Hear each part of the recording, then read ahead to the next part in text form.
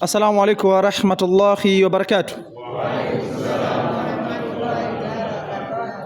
Ndugu zangu wapenda kheri popote mlipo ndani ya Tanzania na nje ya Tanzania, mashaallah tabaraka rahmani, tupo katika msikiti mkubwa mno na Chingoya mjini kabisa. Msikiti unaweza wakaingia zaidi ya watu 2000 mpaka 3000. Msikiti mkubwa alhamdulillah, una sehemu ya wanawake, ya wanaume, sehemu ya koshia maiti umekamilika.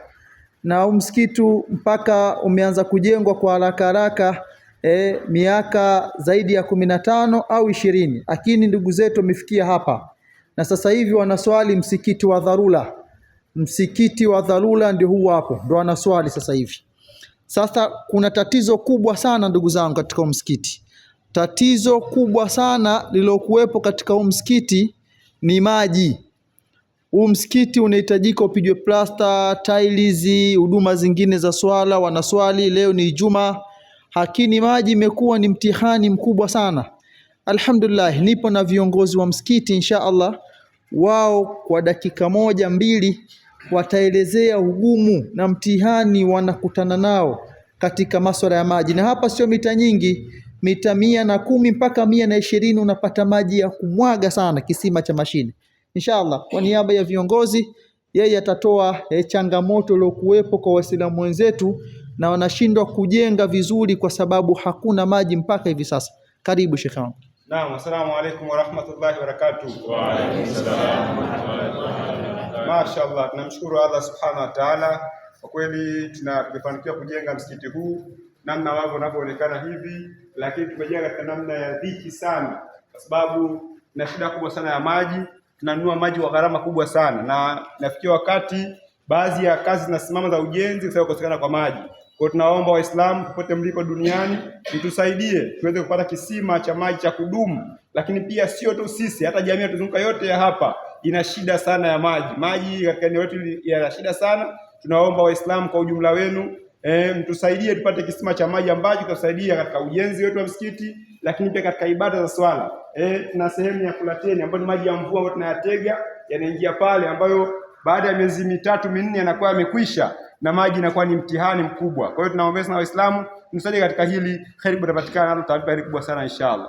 Ndugu zangu wapenda kheri, hayo ni maneno ya viongozi. Ni kweli hali ni mbaya na huu msikiti una sehemu zote, niwapeleke kama dakika 1. Ni msikiti mkubwa mkoa wa Lindi, wilaya na Chingoya ndio tegemezi mkubwa huu msikiti katika masuala ya ibada. Msikiti mkubwa una kila kitu kama mnavyoona ndugu zangu. Msikiti mkubwa sana, lakini tatizo kubwa ni maji. Hebu angalia maji yataingia hapa. Maji wanatumia gharama kubwa. Hii ni sehemu ya wanawake na kule ni wanaume, lakini kuna vyoo, kuna sehemu ya koshia maiti. Wallahi wanatabu sana katika masuala ya maji. Ndugu yangu mpenda kheri, ndugu yangu Muislamu, kama unavyoona katika upande wa vyoo, msikiti ni mkubwa mpaka mwisho kabisa kule, alhamdulillah ni mkubwa sana. Tunachokiomba sisi, tunaomba msaada wa kisima mita 120, basi maji yanapatikana mengi, na tupate tenki lita 10,000. Maana hata tukiweka lita 5,000 tukipata sio haba, bado itakuwa litosha, lakini angalau tukipata lita 10,000 pamoja na mnara mita 3, basi hakika zoezi la maji tutakuwa tumewasaidia. Hizi ni nguvu za waumini Waislamu mpaka walipofikia hapa. Kwa hiyo sisi tunachokiomba, tuzidishe dua zetu na nguvu zetu kuwa sapoti. Mwenyezi Mungu ajalie huu msikiti ukamilike. Ndugu yangu mpenda kheri, popote ulipo, ikikufikia klipu hii, tunakuomba utupe msaada wa kisima, huje na mashine utuchimbie hizo mita 100 mpaka 120 mpaka 130, maji yatapatikana kwa uwepesi. Shukran, asante, afwa.